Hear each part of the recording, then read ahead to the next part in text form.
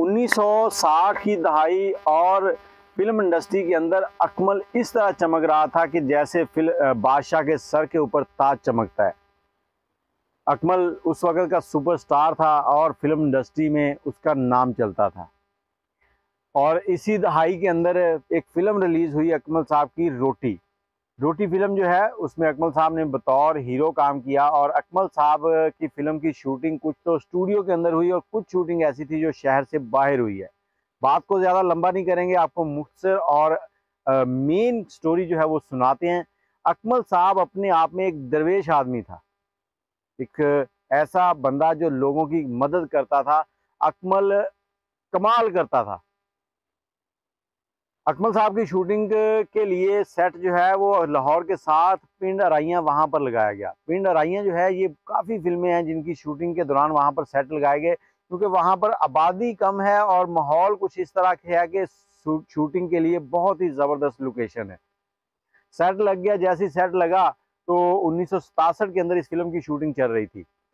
Set लगने के बाद जो इलाके के लोग थे, क्योंकि उस वक्त कैमरा जो था वो बहुत कम था, लोग सिर्फ इनको बड़े पर्दे के ऊपर ही देखते थे अदाकारों को। और हर किसी को ये शौक होता था, तजस्सुस होता था कि हाँ जब ये शूटिंग हो रही हो तो तब हम देखें और उसके बाद फिल्म में देखें कि कैसा नजर आता है।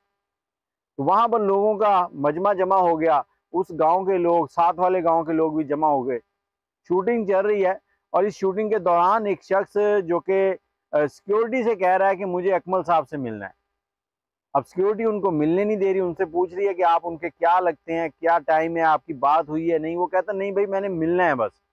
अब इसी इसना में ये बात अकमल साहब तक भी पहुंचाई जाती है, तो वो सिक्योरिटी से कहते हैं कि इसको अंदर आने दो। अब वो शख्स अंदर अकमल साहब के पास जाता है, जाकर उनसे दुआ सलाम होती है। उनके कान में धीमे लहजे में कहता है कि अकमल साहब एक काम है, अगर आप कर दें तो। काम थोड़ा बड़ा है लेकिन मैं अपने रब पे उम्मीद रख के आया हूँ कि ज़रूर हो जाएगा। अकमल साहब ने फिर से कहा भाई बताओ आप हमारे पास क्या उम्मीद ले आए हो, अल्लाह करे इंशाल्लाह हम पूरी करेंगे अगर हमारे इख्तियार में हुआ तो। उस शख्स ने बहुत ही धीमे लहजे में झुकाया हुआ सर और कहा कि हजूर मुझे एक गाड़ी की ज़रूरत है। मैं एक टैक्सी ड्राइवर हूँ और किराए की टैक्सी चलाता हूँ, और आजकल आपको मालूम है कि टैक्सी में लोग सिर्फ एयरपोर्ट से कोई आए तो बैठ जाता है और उससे इतना मुआवजा नहीं मिलता कि मैं अपने घर का खर्च चला सकूँ। और मेरे घर में जवान बेटियां बैठी हैं जिनके मैंने हाथ पीले करने हैं। मैं परेशान हूं कि उनके हाथ कैसे पीले करूंगा, और मेरे लिए कमाई का जरिया सिर्फ ये टैक्सी है। तो आप मुझे अगर एक टैक्सी दिलवा दें ताकि उससे मैं किराए की फिक्र से बेगम हो जाऊंगा और वो पैसे घर में जमा करके अपनी बेटियों को रुखसत करूंगा। तो अकमल साहब ने दूसरी कोई बात नहीं की और ना ही उस शख्स के चेहरे की तरफ देखा, और अपने सेक्रेटरी से कहा कि इनको साथ ले जाएं और इनको इतने पैसे दे देंगे इनकी आराम से एक टैक्सी आ जाए। उनको पैसे दे दिए, शूटिंग ख़त्म हो गई, वो शख्स चला गया, उसने टैक्सी ले ली। कोई 8 से 10 महीने गुजरे थे तो अकमल साहब अपने एक साथी के साथ स्टूडियो की तरफ जा रहे थे, मुल्तान रोड के ऊपर लाहौर में।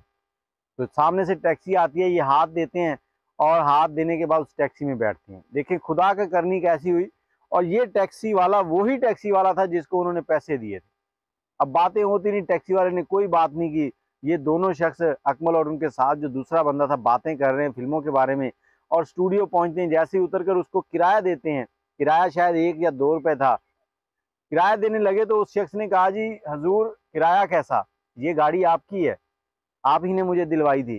तो अकमल साहब ने उसको नहीं पहचाना था क्योंकि उस वक्त वो फिल्म की शूटिंग कर रहे थे। मैंने बताया कि उन्होंने उसके चेहरा भी नहीं देखा, सिर्फ यही कहा कि इनकी जो मांग है वो पूरी कर दी जाए। मांग अकमल साहब ने नहीं, खुदा ने पूरी की थी। खुदा ने उनको वसीला बना दिया था और जरिया बनाया था। अब अकमल साहब ने जब ये सुना तो उन्होंने कहा देखो भाई ये टैक्सी ना हमारी है ना ही हमने आपको लेके दी है, ये अल्लाह ताला की तरफ से आपको एक वसीला बना था।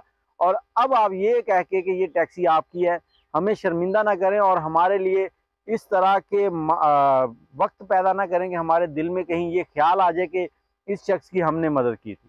क्योंकि मदद करने वाला सिर्फ हमारा रब है, अल्लाह ताला, वो सिर्फ वसीले बनाता है। अल्लाह पाक आपके नसीब अच्छे करे, आपकी मुश्किलात आसान करे, लेकिन ये जुमला आपने दोबारा कभी नहीं कहना। इस जुमले को भूल जाओ क्योंकि हम भी भूल चुके हैं। अब तुम हमें दोबारा याद करवा के मुश्किलात का सामना ना करवाओ। कि इंसान के दिल में शैतान कभी भी गुरूर डाल सकता है, कोई वसवसा डाल सकता है जिससे उसके किए हुए कामों के ऊपर पानी फिर सकता है। अकमल साहब कमाल आदमी थे। उन्होंने उसको किराया दिया, उससे गले मिले और उसको रुखसत कर दिया। लेकिन कहानी सुनाने का मकसद सिर्फ ये है कि देखें, हम लोग अक्सर इन फनकारों को बहुत बुरा भला भी कह देते हैं कि ये बड़े, फिल्मों के अंदर उनके जब देखते हैं ना हम रोल, तो हम उनको आम जिंदगी में भी वैसा ही जज करना शुरू कर देते हैं। लेकिन इन फनकारों की आम जिंदगी बड़ी मुख्तलिफ होती है। इसकी एक आम सी मिसाल सुल्तान राय साहब की है, जिनको आपने बहुत देखा है। वो, उनकी ज़िंदगी ऐसी किस्से कहानियों से भरी पड़ी है। और अकमल साहब, जो कि ज़्यादा लंबी ज़िंदगी तो नहीं गुजार सके, लेकिन जितनी ज़िंदगी गुजारी उसमें उन्होंने कमाल ही किए। और ये वाक़या इसी साल अखबार में, प्रिंट मीडिया में छपा है, तो मैंने कहा चलें आपसे भी शेयर कर लिया जाए। अपनी राय कमेंट में ज़रूर दीजिएगा। मुझे इजाज़त दें, दुआ में याद रखिएगा। अल्लाह हाफ़िज़।